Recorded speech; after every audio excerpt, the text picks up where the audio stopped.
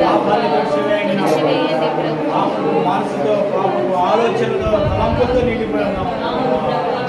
అందరినీ మీరు మార్చండి, హృదయాన్ని మీరు మార్చండి. అయ్యా మీకు మాత్రమే సాధ్యమని సాధ్యమైనట్టు ఏది లేదు. మీ ఒక వాక్కు ద్వారా నా ప్రభు మా దేశాన్ని దేశంలో ఉన్న పాపాన్ని తుడిచివేయండి. నీకే వందనాలు. భాషలు మాట్లాడుతుండగా మీ యొక్క జ్ఞానంతో నింపి సహాయం దయచేసి భాషను చేర్చుకోమని నజరేయుడైన జీవముగల యేసు పరిశుద్ధ నామములో ప్రార్థించి వేడుకున్నాము తండ్రి. ఆమేన్.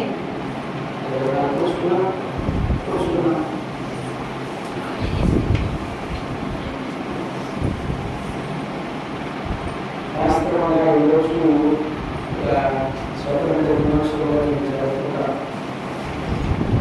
కానీ క్రైస్తవ యొక్క జీవితానికి నిజమైనటువంటి స్వతంత్రం ఎలా ఉంటుంది,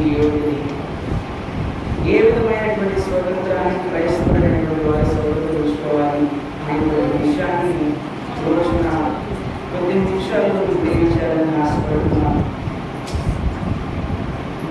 మరి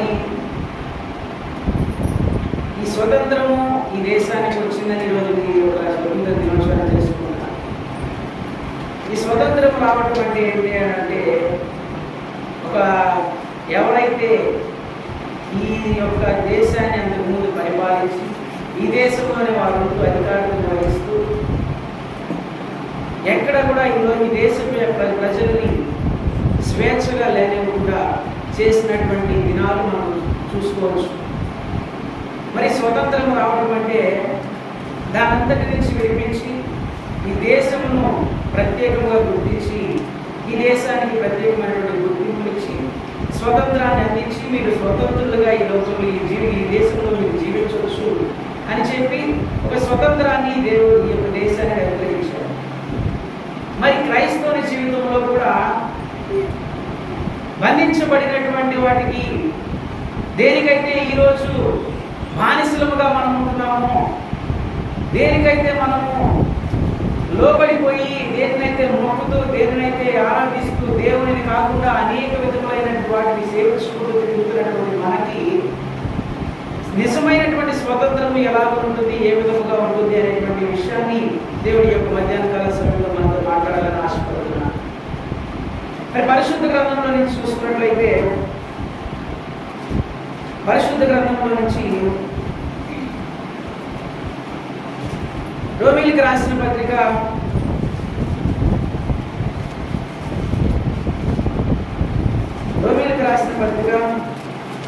6వ అధ్యాయం 22వ వచనం చదువుకుందాం. అయినను ఇప్పుడు పాపం నుండి విమోచింపబడి దేవునికి దాసులైనందున పరిశుద్ధత కలుగుటయే మీకు ఫలము. దాని అంతము నిత్య జీవము. ఏలయనగా చదివినటువంటి మాటలు చదువు చూశారు కదా. పాపము నుండి విమోచింపబడి దేవునికి దాసులైనందున పరిశుద్ధత కలుగుటయే మీకు ఫలము. దాని అంతము నిత్య జీవము. పాపము నుండి విమోచింపబడాలట, దేవుని దాసులైనందున పరిశుద్ధత కలిగి ఉంటే మనకు ఫలము అట. అది నిజమైనటువంటి స్వతంత్రము. క్రైస్తవుని యొక్క ఇది జరగండి.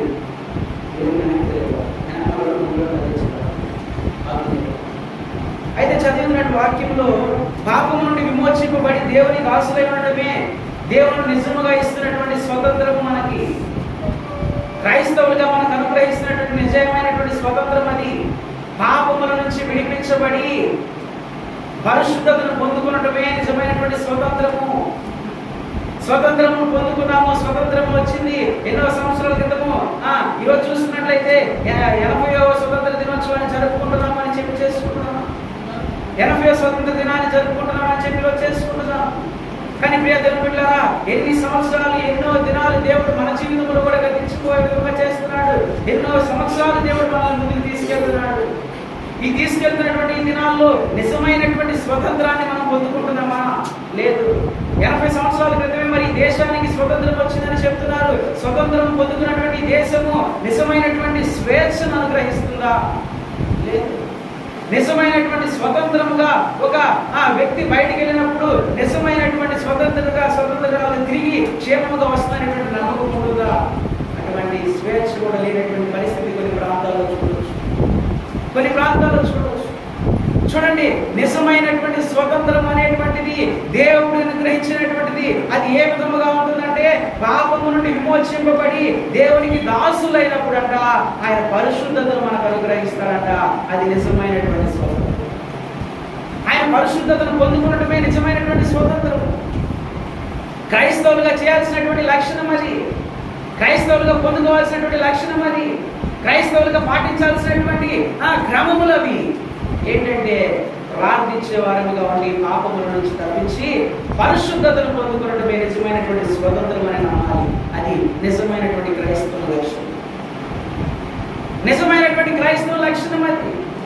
మరి ఈరోజు ఎంతమంది ఈ స్వతంత్ర దినాన్ని జరుపుకోవటమే కాదు, ఈ స్వతంత్ర దినంలో పాల్గొనడమే కాదు, క్రైస్తవులుగా ఏ విధమైనటువంటి స్వతంత్రమును దేవుని దగ్గర నుంచి మనము స్వతంత్రించుకున్నాము అని చెప్పి ఒకసారి ఆలోచించుకోవాలి.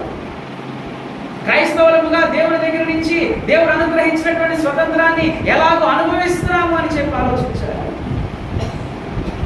ఎలాగ అనుభవిస్తున్నామని ఆలోచించాలి. ప్రియమైన ఈ మధ్యాహ్న కాల సమయంలో దేవుడు చెప్తున్నాడు, పాపము నుంచి విడిపించబడి మీరు దాసులై పరిశుద్ధతను పొందుకోవడమే నిజమైనటువంటి స్వతంత్రము. దాని వలన మీకు కలిగేది అంతములో నిత్య జీవమునకు వారసులుగా చేర్చబడడానికి ఈరోజు మీరు స్వతంత్రులుగా ఈ లోకంలో జీవించాలి. లేదండి మేము పరిశుద్ధులముగా లేకపోయినా కానీ ఆనాడు ప్రభు వచ్చినప్పుడు ఆయనతో పాటు మేము నిత్య జీవమును చేద్దాం అనేటువంటి ఆశ ఉన్నటువంటి అని మానవులుగా మన యొక్క అజ్ఞానం. అది మన అజ్ఞానం. ఇదిగో ఎప్పుడైతే ఆయన యొక్క పరిశుద్ధతను పొందుకుంటేనే ఆయన రాజ్యంలో వారసులం అవుతాము, ఆయన రాజ్యాన్ని స్వతంత్రించుకోగలుగుతాము, ఆయన రాజ్యంలో అధికారంలో సంతోషముగా జీవించగలుగుతాము అని చెప్పి ఒక హృదయంలో ఒక లక్ష్యం పెట్టుకోగలుగుతారు. నిజంగా క్రైస్తవులు అని చెప్పి చెబుతున్నటువంటి వారు, రక్షణ పొందినటువంటి వారు, మారు మనసు కలిగినటువంటి వారు ఎవరైనా సరే నిజముగా దేవుని యొక్క స్వతంత్రాన్ని, ఆయన యొక్క స్వతంత్ర రాజ్యాన్ని స్వతంత్రించుకోవడం కోసం, ఆయన రాజ్యాన్ని స్వతంత్రించుకోవడం కోసము నీవు పరిశుద్ధతను కలిగి జీవించు. నీవు పరిశుద్ధతను కలిగి జీవించు. నీవు పరిశుద్ధత కలిగి జీవిస్తే మాత్రమే దేవుడు నేను ఆయన రాజ్యానికి స్వతంత్రంగా చేసుకోగలుగుతాడు. స్వతంత్రించుకుంటాడు ఆయన రాజ్యానికి. మరి ఎంతో మందికి ఎంతో ఆశ, ఆయన రాజ్యంలో చేరాలని ఆశ, ఆయనతో పాటు కూర్చోవాలని ఆశ, ఆయనతో పాటు ఉండాలని ఆశ. ఎన్నో ఆశలు క్రైస్తవులుగా మనకు ఉంటా ఉంటాయి. ఎన్నో ఆశలు మనకు ఉంటాయి. ఇదిగో ఈ విధమైనటువంటి ఆశలకు దేవుడు వాక్యంలో చూపిస్తున్నాడు. మీరు పాపము నుంచి విడిపించబడి పరిశుద్ధతను పొందుకోవడమే నిజమైనటువంటి స్వతంత్రం క్రైస్తవులు. మరి నిజమైనటువంటి స్వతంత్రాన్ని అనుభవించాలని ఎంతమంది ఆశపడుతున్నారో నాకు తెలియదు, కానీ ఇదిగో ఇది నిజమైనటువంటి స్వతంత్రం అని చెప్పి దేవుని గ్రంథం సెలవిస్తుంది. ఈ దినాన్ని జరుపుకున్నటువంటిది స్వతంత్ర దినోత్సవము. మరి జరుపుకుంటున్నారా? ఎందుకు జరుపుకుంటున్నారు? ఎలా జరుపుకుంటున్నారు అనేటువంటి ఆలోచన రావచ్చు. కీర్తన గ్రంథం చూడండి ఒకసారి. 118వ కీర్తన 24వ వచనం. 118వ కీర్తన. ఇది యెహోవా ఏర్పాటు చేసిన దినము, దీని యందు మనం ఉత్సాహించి సంతోషించెదము. చాలు. ఇది యెహోవా ఏర్పాటు చేసిన దినము. ఏ దినము? ఏ దినము? ఏ దినము యెహోవా ఏర్పాటు చేసిన? ఈ దినము. ఈ దినము అది ఈ రోజు చదివినా ఈ దినమే ఉంటుంది, రేపు చదివినా ఈ దినమే ఉంటుంది. నువ్వు ఏ రోజు చదివినా కానీ ఆ దినమే ఉంటుంది. ఆ దినమున ఆలోచించండి. దేవుడు మన జీవితంలో ప్రతి దినమును కూడా ఆయన అనుగ్రహించినటువంటి దినములే మన జీవితంలో. ఆయన అనుగ్రహించినటువంటి దినములే ఇచ్చి మన జీవితంలో. మరి ఆయన సెలవు ఇవ్వకుండా ఏది కూడా జరిగేటువంటిది కాదు. ఆయన మాట మాత్రం సెలవిస్తే చాలు ఏదైనా జరగడానికి. ఆయన మాట మాత్రం సెలవిస్తే చాలు ఏదైనా కానీ పతనం అవ్వడానికి. ఆయన మాట మాత్రం సెలవిస్తే చాలు ఏదైనా కానీ నూతన కార్యం జరగడానికి కదా. ఆయన మాట నోటు వాకు చాలు. మరి ఇది యెహోవా ఏర్పాటు చేసినటువంటి దినము. ఈ దినమున దేవుని సన్నిధిలో కూడుకొని తెలుసుకొని ఈ విధముగా క్రైస్తవుని యొక్క నిజమైనటువంటి స్వతంత్రం ఎలా ఉంటుంది అనేటువంటి దాన్ని తెలియజేయడం కోసమే దేవుడు మనల్ని ఇక్కడికి చేర్చాడు. నిజమైనటువంటి స్వతంత్రాన్ని ఎలా తెలుసుకోవాలనేటువంటి ఉద్దేశంతో మనల్ని ఇక్కడికి చేర్చాడు. మరి తెలుసుకుంటున్నాము దేవుని యొక్క వాక్యంలో ఇది నిజమైనటువంటి స్వతంత్రము, పాపము నుంచి విడిపించబడి పరిశుద్ధతను పొందుకోవడమే నిజమైనటువంటి స్వతంత్రం అని చెప్పి ఈ మధ్యాహ్న కాల సమయంలో దేవుని వాక్యం సెలవిస్తుంది. మరి ఈ సెలవిచ్చినటువంటి మాటను ఎలాగ నువ్వు అనుసరిస్తున్నావు ఈ రోజు నుంచి అనే దాన్ని ప్రతిరోజు నువ్వు పరీక్షించు, ప్రతిదినం నువ్వు పరీక్షించుకో. ఇక్కడ మన ప్రాంతంలో జరగకపోవచ్చేమో కానీ కొన్ని చోట్ల అండి ఈ యొక్క స్వతంత్ర దినాన్ని ఎంత బాగా జరుపుకుంటారో తెలుసు. కొన్ని పెద్ద పెద్ద సిటీస్లో అయితే చక్కగా అసలు ఎలా ఉంటుందో తెలుసా, ఉదయం నుంచి సాయంత్రం దాకా వాళ్ళ పండుగగా కూడా చేసుకుంటారు. మరికొందరైతే అవే విధమైనటువంటి ఈ యొక్క ఈ రంగులో ఉన్నటువంటి వస్త్రాలనే ధరిస్తారు. లేడీస్ అయితే ఈ వస్త్రాలతో కూడుకున్నటువంటి శారీసే కట్టుకుంటారు, ఈ రంగులో ఉన్నటువంటి వాటి. ఎందుకు అలా చేస్తున్నారు? దానికోసం అలా చేస్తున్నారు కదా. మరి దేవుడు నిజముగా మనల్ని స్వతంత్రులుగా ఆయన రాజ్యానికి చేసుకుంటానని చెప్తున్నాడే, మరి ఆయన రాజ్యానికి స్వతంత్రులుగా చేసుకుంటానని చెప్పినటువంటి మన ప్రభు కోసము అనుదినమును కూడా ఇక్కడ సెలవిస్తున్నాడు. ఇది యెహోవా ఏర్పాటు చేసిన దినము. ఏ దినమునైనా కానీ అది యెహోవా ఏర్పాటు చేసిన దినమే. అనుదినమును కూడా దేవుని యొక్క రాజ్యమును స్వతంత్రించుకోవడం కోసము ప్రార్థించి పాపముల నుంచి విడిపించబడి పరిశుద్ధులుగా జీవించాలనేటువంటి తపన మానవులలో కనిపించాలి. ఆ విధమైనటువంటి తపన, ఆ విధమైన ఆలోచన లేకపోతే ఆయన రాజ్యాన్ని మనం స్వతంత్రించుకోలేము. ఆయన రాజ్యాన్ని స్వతంత్రించుకోలేము. ఇదిగో నీవు మరణించిన తర్వాత నేను నేరుగా వెళ్ళాలనేటువంటి ఆలోచన నీకు ఉన్నట్లయితే ఇదిగో దేవుడు నీకు సెలవిస్తున్నాడు, నీవు పరిశుద్ధత కలిగి ఉంటేనే ఆయన రాజ్యాన్ని స్వతంత్రించుకోగలరు. పరిశుద్ధత కలిగి ఉంటేనే ఆయన రాజ్యాన్ని అనుభవించగలుగుతావు. ఆయన రాజ్యాన్ని అనుభవించలేకపోతున్నావు. ఎందరో తెలుసా కొన్ని విషయాలు ఈ భూలోకంలోనే పరలోకంలో అనుభవిస్తున్నటువంటి వారు నాకు తెలుసా. ఈ భూలోకంలోనే పరలోకాన్ని అనుభవిస్తున్న వారు ఉన్నారు. దేవుని యొక్క కార్యాలను వారు పొందుకొని దేవుని యొక్క పరిశుద్ధతతో నింపబడి ఆయన యొక్క రాజ్యాన్ని ఈ భూలోకంలోనే అనుభవిస్తున్న వారు ఎందరో. మరి వారు అనుభవిస్తుండగా మనం ఎందుకు అనుభవించలేము? వారు ఆ రాజ్యాన్ని లోకంలో అనుభవిస్తుంటే మనం ఎందుకు అనుభవించలేమండి? తప్పకుండా అనుభవించగలుగుతాము. ఆయన రాజ్యమును వెతికి, మొదట ఆయన నీతిని, ఆయన రాజ్యమును వెతికి పరిశుద్ధముగా దేవుని సన్నిధిలో మార్చబడినప్పుడు, మన పాపముల నుంచి తప్పించినప్పుడే ఆయన యొక్క స్వతంత్రాన్ని, ఆయన రాజ్యాన్ని స్వతంత్రించుకొని ఆ రాజ్యమును ఇక్కడే అనుభవించగలుగుతాం. ఆ రాజ్యమును ఇక్కడే అనుభవించగలుగుతాం. కనుక దేవుని బిడ్డలారా ఆలోచించండి, ఈ విధమైనటువంటి స్వతంత్రాన్ని దేవుడు మనకి అనుగ్రహిస్తాడు. యోహాను సువార్త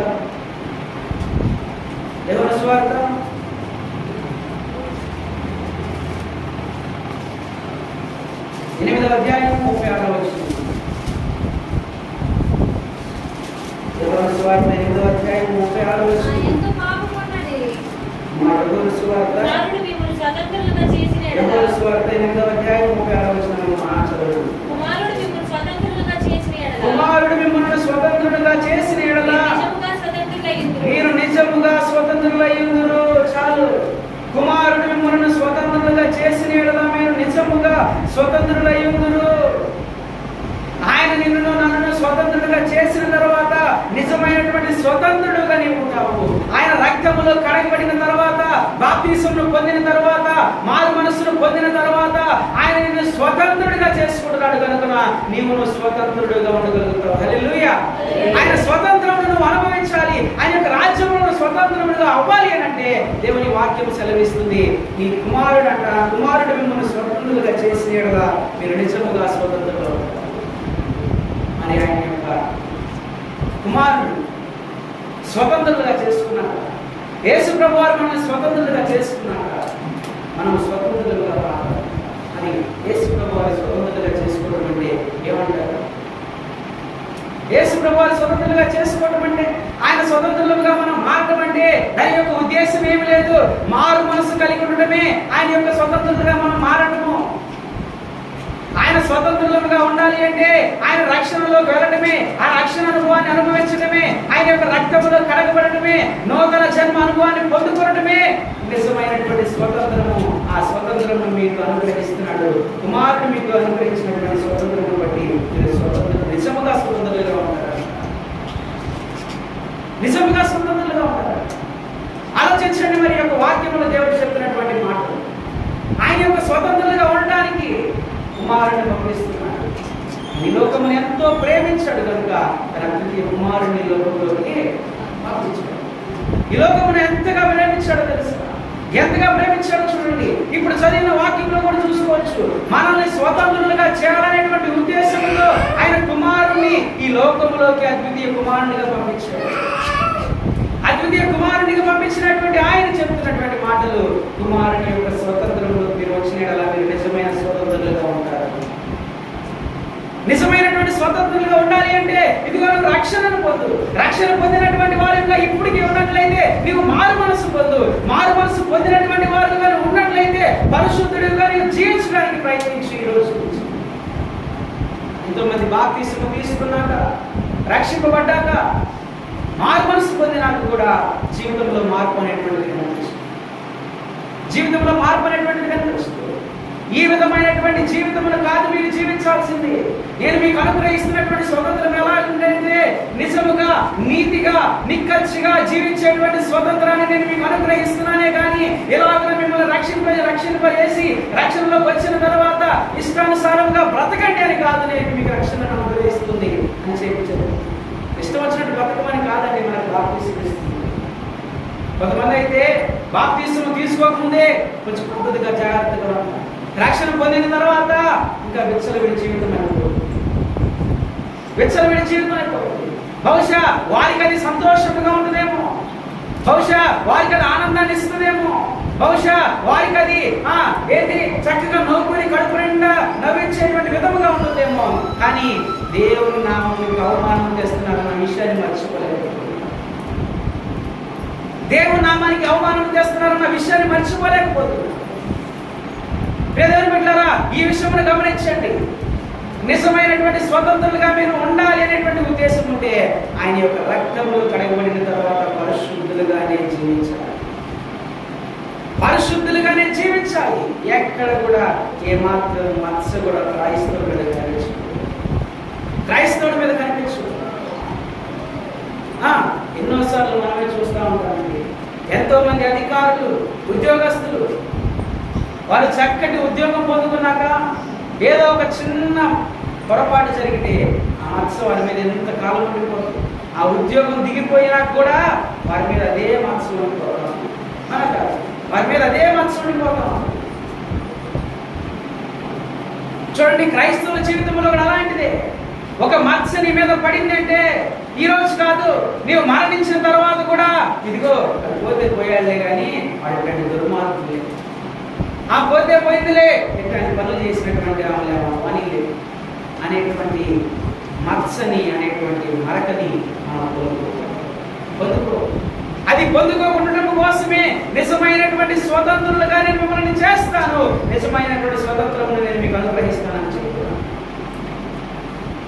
నిజమైనటువంటి స్వతంత్రమును అనుభవించడానికి ఈరోజు నీవు పరిశుద్ధుడిగా ఉండు. ఈ పాపపు లోకము నుంచి నువ్వు తప్పించు. ఈ పాపము లోకము కోసం నువ్వు ప్రార్థించు. ఈ నశించిపోతున్న వారి నిమిత్తం నువ్వు కన్నీరు విడిచి ప్రార్థించు. ఏబు చూసాడు, మన ఏబు గ్రంథంలో చూశాను, వాక్యం కూడా చదువుకున్నాం. ఎలాగనంటే తన యొక్క సహోదరుని కోసం ప్రార్థించినటువంటి యోగుకి ఏమైంది అంటే రెండంతల ఆశీర్వాదాలు పొందుతున్నాడు. ఆ ప్రార్థించినటువంటి ఆ సహోదరు ఎవరైతే ఉన్నారో స్నేహితుడు కూడా, ఆ యోగు యొక్క స్నేహితుడు కూడా ఆయన కోసం ప్రార్థించాడు కదా యోగు. ఆ స్నేహితుడు ఆశీర్వదింపబడితే ఆ స్నేహితుడి కంటే కూడా రెండంతలుగా ప్రార్థించినటువంటి యోగు ఆశీర్వదింపబడు. రెండంతలుగా ఆ యొక్క స్నేహితుడి కంటే యోగు ఆశీర్వదింపబడు. గల కారణం ఏంటి అంటే ఆయన కోసము యోగు ప్రార్థించాడు. యోగు ప్రార్థించాడు కనుకనే అతను ఆశీర్వదింపబడ్డాడు. అతని కంటే రెండంతలుగా యోగు ఆశీర్వదింపబడ్డాడు. బిడ్డగా మన జీవితంలో కూడా వీరి కోసం ఏమేందుకు ప్రార్థించాలి, వీరి కోసం ఏమేందుకు కన్నీళ్లు కార్చాలి.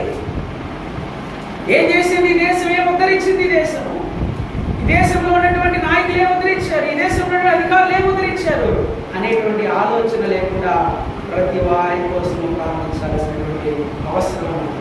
ప్రార్థించడం వలన నీకేమీ నష్టము కాదు, ప్రార్థించడం వలన నీకేదో లాభం ఉందని కాదు. నీకున్నటువంటి లాభం ఏంటో తెలుసా? నీ ఇతరుల కోసం ప్రార్థించినప్పుడు ఎలాగునైతే 200గా ఆశీర్వదింపబడ్డాడు, వారి కోసం నువ్వు ప్రార్థించినప్పుడు మనం కూడా 200గా ఆశీర్వదింపబడును గాక.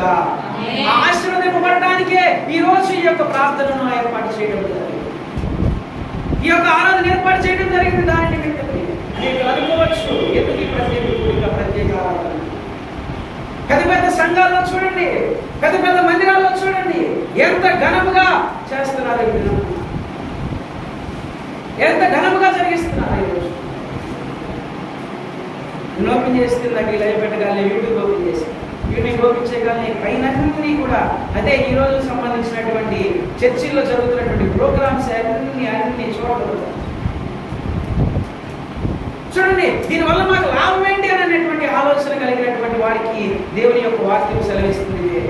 ఇది యెహోవా ఏర్పాటు చేసిన దినము, దీనికోసము పాపమును విడిచిపెట్టి ఈ రోజున పరిశుద్ధులుగా మార్చడానికి, నిజమైన స్వతంత్రులుగా మార్చడానికి ఇది యెహోవా ఏర్పాటు చేసినటువంటి దినము.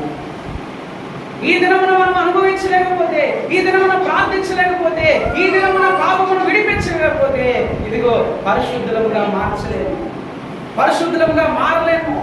పరిశుద్ధులుగా మారితేనే ఆయన నిత్య జీవములకు స్వతంత్రులుగా ఉంటాం. ఆ స్వతంత్రమును పొందుకోవడం కోసమే దేవుడు చెప్తున్నాడు ఇక్కడ, ఆయన కుమారుడిని పంపించి స్వతంత్రమును అనుగ్రహించి నిజమైనటువంటి స్వతంత్రాన్ని అనుగ్రహిస్తాడు. ఆయన అనుగ్రహించినటువంటి స్వతంత్రం ఏంటి అంటే బాప్తిసం, రక్షణ, మారు మనసు, ఇవన్నీ కూడా మనకు అనుగ్రహించి స్వతంత్రంగా మీరు జీవించండి. ఆ స్వతంత్రాన్ని కూడా ఈరోజు వ్యర్థమైనటువంటి వాటికి జీవిస్తున్నాం, వ్యర్థమైనటువంటి వాటికి చూడండి. గలతీయులకు రాసిన పత్రిక,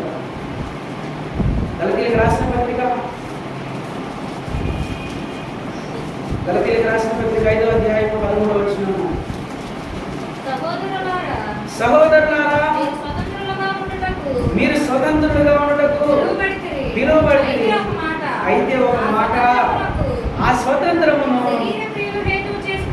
శరీర క్రియలకు హేతువు చేసుకొనగా ప్రేమ కలిగిన వారై ఒకరినొకడు దాసులై ఉండుడి చాలు. సహోదరులారా, సహోదరులారా, మీరు స్వతంత్రులుగా ఉండకు పిలువబడితిరి. దేనికి పిలువబడ్డారంట? స్వతంత్రులుగా ఉండడానికి పిలువబడ్డారు. నేను అనుగ్రహించినటువంటి స్వతంత్రమును శరీర క్రియలకు కాకుండా ప్రేమ కలిగి జీవించడం కోసం మీరు వినియోగించుకోండి. నేను అనుగ్రహించినటువంటి స్వతంత్రమును శరీర క్రియలకు కాదు, నీ హృదయంలో కలిగేటువంటి దురాలోచనలకు కాదు, దురాశలకు కాదు, నీకు సంబంధించినటువంటి ఈ లోక క్రియలకు కాదు, అనేక విధముగా ఈ లోకంలో నేను కృంగదీస్తున్నటువంటి అపవాది చేత కాదు, కానీ ప్రేమ కలిగి ఇతరుల పట్ల ఒకరినొకరు క్షమించుకునేటువంటి గుణంతో, ప్రేమను వ్యక్తం చేసుకునేటువంటి గుణంతో మీరు ఉండండి. అది నిజమైనటువంటి స్వతంత్రం. చూసిన వాక్యం శరీర క్రియలు అదే చెప్పామన్నాక, ఆయన అనుగ్రహించినటువంటి స్వాతంత్రమును పొందుకున్నాక, ఆయన స్వతంత్రులుగా మారినాక, బాప్తిసము తీసుకున్నాక, మారు మనసు పొందినాక, రక్షణ అనుభవంలోకి వచ్చినాక కూడా ఇదిగో శరీర క్రియల చేత నింపబడి శరీర ఆశలతో, శరీర క్రియలతో దేవుని నామాన్ని అవమానపరుస్తున్నాం. ఈ రోజు కూడా దేవుణ్ణి అమ్మివేస్తున్నాం. ఈ రోజు కూడా దేవుణ్ణి వేరానికి పెడుతున్నాం. ఈ రోజు కూడా చూడండి, అనేక విధాలుగా దేవుణ్ణి హింసిస్తున్నాము. మనల్ని చేసుకున్నందుకు ఆయన దుఃఖపడేటువంటి పరిస్థితికి మనం ఈ రోజున తీసుకొస్తున్నాం. క్రైస్తవులుగా ఆయన మనం చేసుకున్నందుకు ఆయన దుఃఖపడేటువంటి పరిస్థితికి మనం తీసుకొస్తున్నాం. దేవుడు అనుగ్రహించినటువంటి స్వాతంత్ర్యమును బట్టి సంతోషించాలి, ప్రేమ కలిగి జీవించాలి. ఆ ప్రేమని ఎదుటి వారికి నువ్వు వ్యక్తపరిచి ఒకరి ఎడలో ఒకడు దాసులై ఉండండి అని చెప్పి వాక్యంలో చూపిస్తుంటే, నీవు మాత్రము కక్షలతో, కోపములతో, భేదాలతో, అనేక విధాలుగా భేదాలు చూడండి, అనేక విధాలుగా ఒకరినొకరు మాట అనుకోవటము, ఒకరినొకరు తిట్టుకోవటము, ఒకరినొకరు ఏ విధముగా జీవించేటువంటి ఈ లోకం అయిపోయిందండి. ఇది దేవుడు అనుగ్రహించినటువంటి ఈ యొక్క లోకంలో, దేవుడు చేసినటువంటి లోకంలో ఆయన స్వతంత్రులుగా జీవించాల్సినటువంటి క్రైస్తవులుగా, క్రైస్తవుని యొక్క బిడ్డల, దేవుని యొక్క బిడ్డలముగా ఆయన నామాన్ని అవమానపరిచే విధముగా ఇదిగో ఈ శరీర క్రియలు, ఆ శరీర క్రియలు అనేటువంటివి మన ఆదివారం కూడా మనం చదువుకున్నాము. ఏ విధముగా ఉంటాయో అనేటువంటి ఆ ఆలోచనతో ఉండటం వల్లనే దేవునామానికి అవమానం చేస్తున్నాం ఈ రోజు. అది కాదు క్రైస్తవునికి దేవుడు అనుగ్రహించిన స్వతంత్రం అనుగ్రహించినందుకు కాదు, క్రైస్తవునిగా మనకి స్వతంత్రం అనుగ్రహించినందుకు కాదు, బాప్తిసంలోకి తీసుకొచ్చినందుకు కాదు, రక్షణలోకి తీసుకొచ్చినందుకు కాదు, ఆయన రక్తంలో కడిగినందుకు కాదు, నేను విలువ పెట్టి కొనబడినందుకు కాదు. విలువ పెట్టి కొనబడింది దేనికంటే ఆయన ప్రేమను కలిగి జీవిస్తావు, ఆయన ప్రేమను కలిగి జీవిస్తావు, ఆ ప్రేమను అనేకులకు వ్యక్తపరుస్తావు, ఆ ప్రేమను అనేకులకు తెలియజేస్తావు. ఆ ప్రేమ తెలియని వారు ఎందరో ఉంటే ఆ మనుషులుగా జనుల దగ్గరికి వెళ్ళి దేవుని యొక్క శిలువ విలువను తెలియజేస్తావని చెప్పి ఆయన యొక్క రక్తముతో నేను కొనుక్కొని, రక్తం ఇచ్చి నేను కొని ఉన్నాడు. కనుక పేదలు మధ్యాహ్న కాల సమయంలో దేవుడు చూపించినటువంటి ప్రతి మాట కూడా మనకి ఉపయోగపడేటువంటి విషయం, ఉపయోగపడేటువంటి మాట. మన జీవితాన్ని ఆయన స్వతంత్రులుగా చేసుకున్నాడు కనుక మనము ఆయనకి నిజమైన స్వతంత్రులుగా ఉండాలనేటువంటి ఆలోచనతో దేవుడు ఈ శరీర క్రియలతో కాదు, నాశనమైనటువంటి క్రియలతో కాదు, దేవుడు నామానికి మహిమకరంగా జీవించాలని ఆశపడ్డాడు. సామెతల గ్రంథం 14వ అధ్యాయము, సామెతల గ్రంథం 14వ అధ్యాయము 34వ వచనం. నీతి జనములు ఘనతకు ఎక్కుటకు కారణం, నీతి జనములు ఘనతకు ఎక్కుటకు కారణం పాపము ప్రజలకు అవమానము తెచ్చును, పాపము ప్రజలకు అవమానం తెచ్చును. చాలు. దేవుడు అనుగ్రహించినటువంటి స్వతంత్రంలో స్వతంత్రులుగా చేసుకున్నాక నిజమైనటువంటి స్వతంత్రులుగా మీరు మారతారని చెప్పాడు కదా. ఆ నిజమైనటువంటి స్వతంత్రులుగా మనం ఉన్నప్పుడు నీతి జనములు ఘనతకి ఎక్కుటకు కారణమవుతుందంట. పాపము ప్రజలకు ఇదిగో ఆ శరీర క్రియలని నీవు చేస్తే, ఆ శరీర ఆలోచనలతో నీవు ఉంటే, నేత్రాశ జీవపుడంలో నేను ముగులాడితే, భేదాలు, కోపాలు, ఇంకా కక్షలు, ఈ విధమైనటువంటి ఆలోచనలతో నేను ఉంటే, ఇదిగో దేవుని వాక్యం చూపిస్తుంది, పాపమునకు అవమానములుగా అవుతారు. అవమానము తెచ్చిపెడుతుంది. అవమానం పాలైపోవటం నీకు ఇష్టమా? అవమానం పాలైపోవటం నీకు ఇష్టమా? నలుగురిలో నీవు అవమానం పాలవ్వాలని చూస్తావా? నలుగురిలో నువ్వు ఘనతను పొందుకోవాలని చూస్తావా? తప్పకుండా ఘనతనే కావాలని ఆశపడతారు, ఘనతనే పొందుకోవాలని ఆశపడతారు.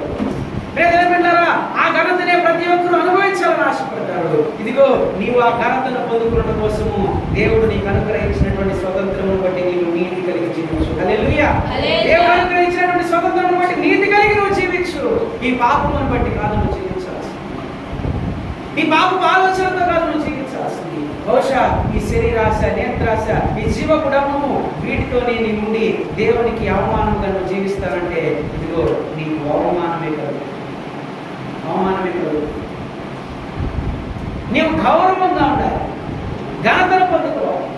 నలుగురిలో నేను చూడగానే ప్రత్యేకింపబడినటువంటి కుమారుడుగా, కుమార్తెగా పిలువబడాలి. ఆ విధంగా నీవు ఉండాలి అంటే ఈ రోజు నీ ప్రవర్తనను బట్టి దేవుడు నాకు చూపిస్తున్నాడు. నీవు పాపమును విడిచిపెట్టి పరిశుద్ధతను పొందుకొని నీతి కలిగి ఆయన స్వతంత్రమును నిజముగా నువ్వు స్వతంత్రించుకునే కదా నీవు నీతి కలిగి ఘనతను పొందుతావు. ఘనతలో నీవుంటావు. ప్రియమిత్రులారా, నీతి కలిగి జీవించడమే దేవుడు కోరుకుంటున్నాడు. నేను పరిశుద్ధుడిని కనుక మీరు పరిశుద్ధులై ఉండాలని చెప్తున్నాను. నేను పరిశుద్ధుడిని కనుక మీరు పరిశుద్ధ ఆలోచనలతో కలిగి ఉండాలని చెప్తున్నాను. అనేక విధాలుగా మన ఆలోచనలు, అనేక విధాలుగా మన తలంపులు ఈ లోకంలోనే, లోకాశలతోనే, ధనం మీద కావచ్చు, వేరే వేరే క్రియల మీద కావచ్చు, వేరే వేరే వాటి మీద కావచ్చు, ఎలాగైనా కానీ మన హృదయం అనేటువంటిది నాశనమైన వాటిని ఆలోచిస్తుంది, కానీ ఆయన నిజముగా స్వతంత్రంగా చేసుకున్నందుకు నిజాయితీగా నీతిగా జీవించాలన్న విషయాన్ని మర్చిపోదు. అన్యాయముగా అక్రమముగా డబ్బు సంపాదించాలనేటువంటి ఆలోచన, అక్రమముగా ఏదైనా సాధించాలనే ఆలోచన, అక్రమముగా ఏదైనా పొందుకోవాలనే ఆలోచన, ఈ విధమైనటువంటి తలంపులు, ఈ విధమైనటువంటి ఆలోచనలు లోక క్రియలే మనుషులలో ఉంటున్నాయి, కానీ నీతి కలిగిన దేవునికి నీతికరముగా నేను జీవించాలనే ఆలోచన ఉన్నది. అది నేను చెబుతున్న మాట కాదు, దేవుని వాక్యం చూపిస్తున్న మాట. నీతి కలిగి ఉండేటటువంటి వారు ఘనతను పొందుకుంటారు. హల్లెలూయా. నీతి కలిగి జీవిస్తేనే మనం ఘనతను పొందుకుంటాము. పాపములు కలిగి పాపంలోనే జీవించినట్లయితే అది నీకు నాకు ఎవరిపైనా సరే అవమానం తెచ్చిపెడతాడు. అవమానం తెచ్చిపెడతాడు. అవమానం కాదు కావాల్సింది క్రైస్తవులు. ఆయన పేరు పెట్టబడినటువంటి జనులు, ఆయన పేరు పెట్టి పిలువబడుతున్నాం కనుక నీకు అవమానం వస్తే దేవుని నామానికి అవమానం వస్తుంది. మనకు అవమానం వస్తే దేవుని నామానికి అవమానం వస్తుంది. ఆయన పేరు పెట్టబడుతున్నాం కనుక, పిలువబడుతున్నాం కనుక మనము నీతి కలిగి ఉంటే ఆయన ఇందులో సంతోషపడతారు, ఆయన ఇంకా ఆనందపడతారు. ఆయన రాజ్యానికి స్వతంత్రంగా మనం చేయవచ్చు. క్రైస్తవులుగా దేవుడు జీవితంలో లోకంలో ఎంతో భారమును పెట్టాడు. నశించిపోతున్న వారి కోసం ప్రార్థించమని భారమును పెట్టాడు. నశించిపోతున్న వారిని చూసి నవ్వమని లేదు, హేళన చేయమని. నాశనమైపోతున్న వారిని చూసి హెచ్చరించమని లేదు. ఇదిగో వారి నిమిత్తము ప్రార్థించమని. మరి ఎవరైనా సరే వారి నిమిత్తము ప్రార్థించేవారు కాదు. వారు ఎవరైనా సరే వారి నిమిత్తము ప్రార్థించేవారు ప్రార్థించేటువంటి ఆలోచన లేకపోతే ఇదిగో ఆయన రాజ్యానికి నీవు స్వతంత్రుడుగానే మారు. మత్తయి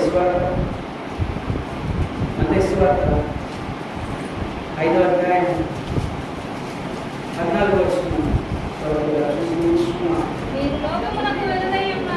మీరు లోకమునకు వెలుగై ఉన్నారు. మీరు లోకమునకు వెలుగై ఉన్నారు. ఇదిగో క్రైస్తవులకు చెప్తున్నటువంటి మాట, ఆయనను వెంబడిస్తున్నటువంటి ప్రజలకు చెప్తున్నటువంటి మాట. మీరు ఈ లోకమునకు వెలుగు ఏం చేస్తుందండి? ఏం చేస్తుంది వెలుగు? చీకటిగా ఉన్నటువంటి గదిలో ఒక లైట్ పెడితే అంత వెలుగు వస్తుంది. ఒక చీకటిగా ఉన్నటువంటి ప్రాంతంలో ఒక వెలుగు ఇస్తే అంత సంతోషం ఉంటుంది. దాన్ని పోల్చి ఇక్కడ చూపిస్తున్నాను. క్రైస్తవుని జీవితము ఒక వెలిగించబడినటువంటి జీవితము.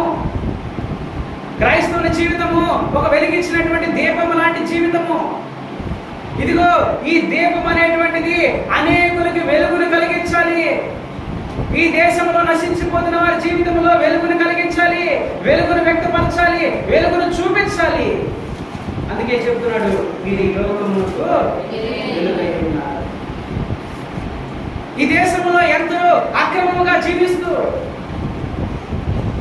వ్యర్థమైనటువంటి వాటికి పాల్పడి ఇష్టానుసారంగా నీతి లేనటువంటి వారిగా జీవిస్తున్నటువంటి వారు ఎవరైనా ఉంటే ఇదిగో వారిని మార్చాల్సినటువంటి భారం నీ మీద, వారి నిమిత్తం ప్రార్థించాల్సిన భారం నీ మీద ఉంది ఒక క్రైస్తవుడిగా. ఎందుకంటే దేవుని వాక్యం చెప్పింది, నీవు ఈ లోకమునకు వెలుగై ఉన్నావు. ఈ వెలుగు ఏం చేయాలంటే చీకటిగా మూయబడినటువంటి వారి జీవితాల్లో ఈ వెలుగును ప్రకాశింపజేసి వారి జీవితమును కూడా దేవుని వైపు మళ్లించేటువంటిదిగా ఉండాలి. ఆ చీకటి గదులలో, ఆ చీకటి హృదయాల్లో, ఆ చీకటి బ్రతుకులలో నీ వెలుగును ప్రకాశింపజేసి దేవుని యొక్క వాక్యాన్ని వారికి తెలియచేయాలి. అది నిజమైనటువంటి క్రైస్తవునికి దేవుడు అనుగ్రహించినటువంటి స్వతంత్రం. ఇది నిజమైనటువంటి క్రైస్తవుడికి దేవుడు అనుగ్రహించినటువంటి స్వతంత్రం. ఈ స్వతంత్రం అనుభవించాలని దేవుడు ఆశపడుతున్నాడు ఈరోజు. ఈ స్వతంత్రంలో జీవించాలని దేవుడు ఆశపడుతున్నాడు ఈరోజు. ఎన్నో మార్లు గద్దించినను, ఎన్నో మార్లు హెచ్చరించినను, దేవుని యొక్క వాక్యంలో కావచ్చు, వివిధ విధాలుగా దేవుడు వాక్యం హెచ్చరించినప్పటికీ కూడా ఆయన స్వతంత్రులుగా మారడానికి ఈ రోజుకి మనం సిద్ధపడాలి. ఆయన స్వతంత్రులుగా మారడానికి, ఆయనను స్వతంత్రించుకోవడానికి, ఆయన రక్తంలో కడగబడి నూతన జన్మ అనుభవాన్ని పొందుకోవడానికి ఈ రోజు కూడా మనలో చదవడం పిల్లరా, ఈ రోజుకి మనం ఆలస్యమైంది.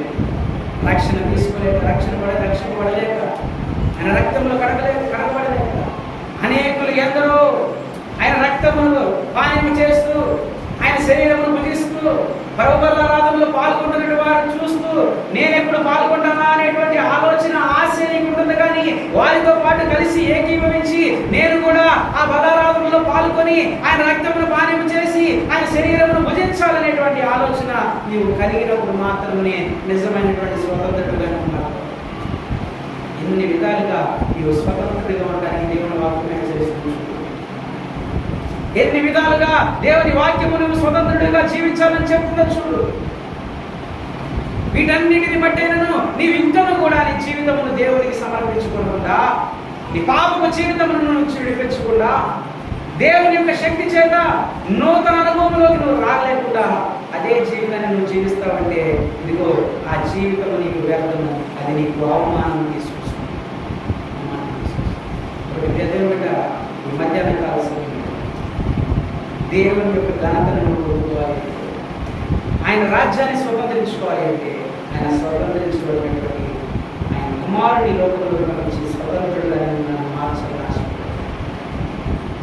ఆయన కుమారుని లోకంలో పంపించాడు. మన స్వతంత్రులుగా మార్చాలి. నువ్వు నిజాయితీగా నీతిగా ఆయన స్వతంత్రుడిగా నీవు మారినప్పుడు దేవుడు మనందరినీ కూడా అనేక చీకటి బ్రతుకులలో వెలుగుగా మార్చునుగాక, వెలుగుగా చేసి అనేక ఆత్మలను రక్షించునుగాక. నేను ప్రార్థన చేసుకున్నాము. ప్రార్థన చేసుకున్నాం. అందరం కూడా లేచి నిలబడతాము. ప్రార్థన చేసుకున్నాం. ప్రార్థన చేద్దాం. ప్రార్థన చేస్తున్నప్పుడు ఒక్కరి కన్నీటిలో నుంచి కన్నీరు కాలదేమో మనం చూస్తున్నాం.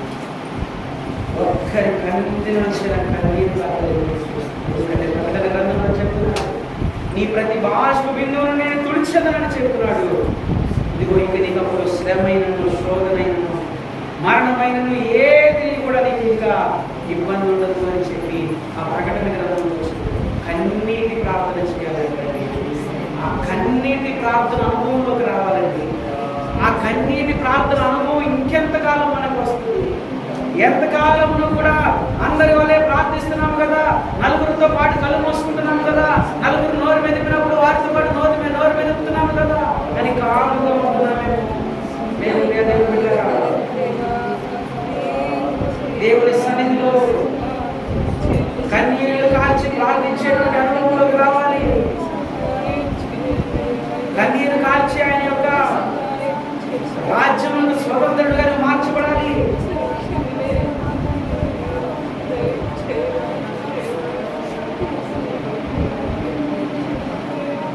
దేవా, ఈ యొక్క మధ్యాహ్న కాల సమయంలో చక్కటి వాక్యమును మేము విని ఉన్నాము ప్రభువా. చక్కటి వాక్యాన్ని, చక్కటి విత్తనాలను మా కోసం విత్తావు. చక్కటి విత్తనాలను మా కోసము ఈ రోజున మాకు అనుగ్రహించావు. ఇవన్నీ మా చదునైనటువంటి హృదయం మీద, చదునైనటువంటి నేల మీద మాట వంటకు సహాయం చేయండి. ఈ మాటలను బట్టి జీవించేటువంటి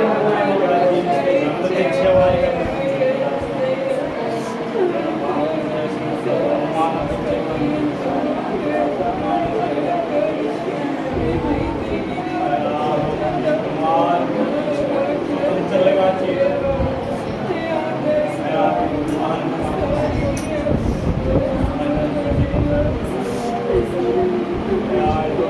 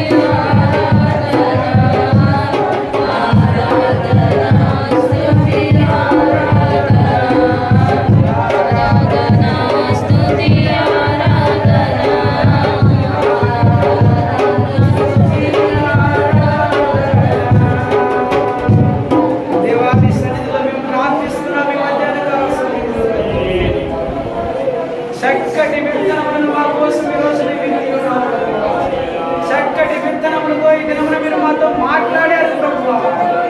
నిజమైనటువంటి స్వతంత్రమును ఎలాగున క్రైస్తవుడు అనుభవించాలనేటువంటి దాన్ని మాకు తెలియజేశావు ప్రభువా. నిజమైనటువంటి స్వతంత్రాన్ని ఎలాగున అనుభవించాలో ఈ భూలోకములు అనేటువంటి దాన్ని తెలియజేశావు ప్రభువా. ఇదిగో నేను చెప్తున్నావు, నీ పాపమును విడిచిపెట్టి పరిశుద్ధతను పొందుకుంటేనే ఆయన నిత్య జీవమునకు స్వతంత్రుడుగా నువ్వు మారతావని సెలవించావు. అటు స్వతంత్రాన్ని నువ్వు మాకు అనుగ్రహించావు తండ్రి. అటు స్వతంత్రాన్ని అనుభవించే భాగ్యమును దయచేయు. నీకే స్తోత్రములు, స్తోత్రములు, స్తోత్రములు. ఇదిగో ప్రభువా, ఈ యొక్క మధ్యాహ్న కాల సమయంలో ప్రార్థిస్తున్నాను తండ్రి, నీతి కలిగి నమ్మకముగా నిజాయితీగా ఎక్కడను కూడా ఈ శరీర క్రియల వల్ల కానీ ఈ లోక క్రియల వలన కానీ తండ్రి వాటి వలన కలిగేటువంటి అవమానంలో మేము పడిపోకుండా నీవిచ్చేటువంటి ఘనతను నీ నామమునికి తెచ్చేటువంటి ఘనత కోసము నమ్మకముగా జీవించే కృపను మాకు దయచేయమని ప్రార్థిస్తున్నాము.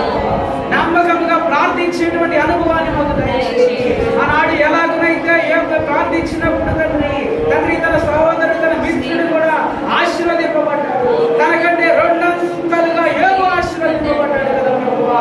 ఈ రోజు మేము ప్రార్థిస్తున్నామయ్యా, దేశ నాయకుల కోసం ప్రార్థిస్తున్నామయ్యా. దేశం యొక్క అనేక విధములైనటువంటి ఉద్యోగస్తులు, అనేక అధికారులను బట్టి ప్రార్థిస్తున్నామయ్యా. వారిని దీవించండి, ఆశీర్వదించండి. వారు చేసినటువంటి పనిని దీవించండి. నమ్మకముగా చేసే కృపను వారికి అనుగ్రహించండి. నమ్మకముగా నీతిగా జీవించే భాగ్యమును వారికి అలాగనే తండ్రి రాష్ట్ర నాయకులను బట్టి ప్రార్థిస్తున్నామయ్యా, రాష్ట్ర అధికారులను బట్టి ప్రార్థిస్తున్నామయ్యా. రాష్ట్రంలో అనేక విధాలుగా కష్టపడుతున్నటువంటి వారి ప్రతి ఒక్కరిని దీవించండి, ఆశీర్వదించండి. నీ కృపతో నీ క్షేమాన్ని దయచేయండి. మీరు సెలవిచ్చారు, మీరు వెలుగు వంటి వారు ఈ లోకములకు వెలుగై ఉన్నారు అని చెప్పారు. ఇదిగో క్రైస్తవునిగా ఒక వెలుగు జీవితాన్ని మాకు ఇచ్చావు. చీకటి బ్రతుకులలోకి వెలుగుని ప్రకాశింపజేసేటువంటి భాగ్యమును మాకు దయచేయండి. చీకటి కుటుంబాలలోకి వెలుగుని ప్రకాశింపజేసే కృపను మాకు దయచేయండి. అనేక నశించిపోతున్న ఆత్మలలో వెలుగునిచ్చే కృపను మాకు దయచేయండి. ఈ సన్నిధిలో ప్రార్థిస్తున్నాం ప్రభువా, నీ ఆత్మను మా మీద కృమ్మరించండి. పరిశుద్ధాత్మతో మమ్మల్ని నింపుతండి. ఈ మధ్యాహ్న కాల సమయంలో మరొక తగిన ప్రతిఫలం దయచేయండి. విశ్వాసముతో నీ బిడ్డలు ఇంతవరకు కన్నీళ్లు కార్చి నీ సన్నిధిలో ప్రార్థించి నీ పాదములు తడిపి ఉన్నారు ప్రభువా. వారిని పాదములు తడిపి ఉండగా వారు ప్రార్థించిన రీతిగా వారి ప్రార్థనకు ప్రతిఫలము దయచేయండి. ఈ మధ్యాహ్న కాల సమయంలో కూడిన బిడ్డలందరినీ దీవించి ఆశీర్వదించి, ప్రత్యక్షంగా పరోక్షంగా యొక్క లైవ్లో వీక్షిస్తున్న వారందరినీ దీవించి ఆశీర్వదించమని నీ కృపతో నింపమని ప్రార్థించుకుంటూ ఈ మధ్యాహ్న కాల సమయం ప్రార్థన నీ సన్నిధికి చేర్చుకోండి. నజరేయుడైన జీవం కలిగిన యేసు పరిశుద్ధ నామములో ప్రార్థించి అడిగి పెట్టుకుంటున్నాము తండ్రి. ఆమేన్. ఆశీర్వాదముల్ మా మీద వర్షింపచేయుమిసా, ఆశతో నమ్మియున్నాము నీ సత్యవాగ్దానము.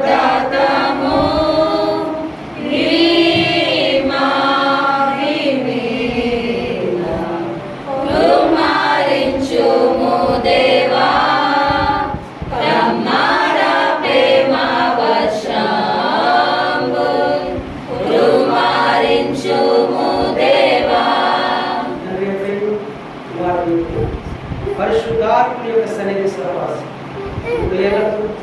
మనకు సకల పరిశుద్ధులను ఈ దేశంలో అనేక విధాలుగా ప్రయాసపడుతున్నటువంటి నాయకులను, అధికారులు, అనేక విధములైనటువంటి అధికారులకు అందరికీ కూడా తోడై నడిపించునుగా. అందరికీ చిన్న విధం ఏంటంటే సాగులు సాగులు బహుమతి ఇచ్చాడు మందిరంలో కలిసి. సాగులు ఇచ్చినందుకు వారి కుటుంబంలో కూడా నిర్వహించలాగా చిన్న ప్రార్థన చేయడం, చక్కటి సాగుని వారు బహుమతిగా ఇచ్చుకున్నారు.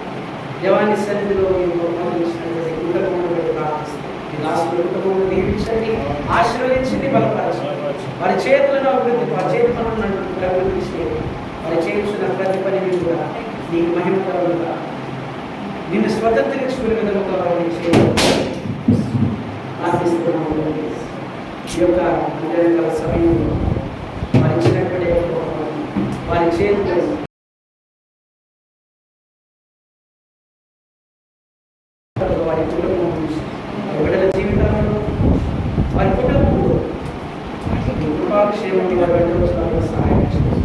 యేసు నామములో ప్రార్థించి వేడుకుంటున్నాము తండ్రి. ఆమేన్. అలాగే అందరూ ఉన్నారు. ఈరోజు సాయంత్రము ప్రార్థన యథావిధిగా ఉంది. రేపు ఆరాధన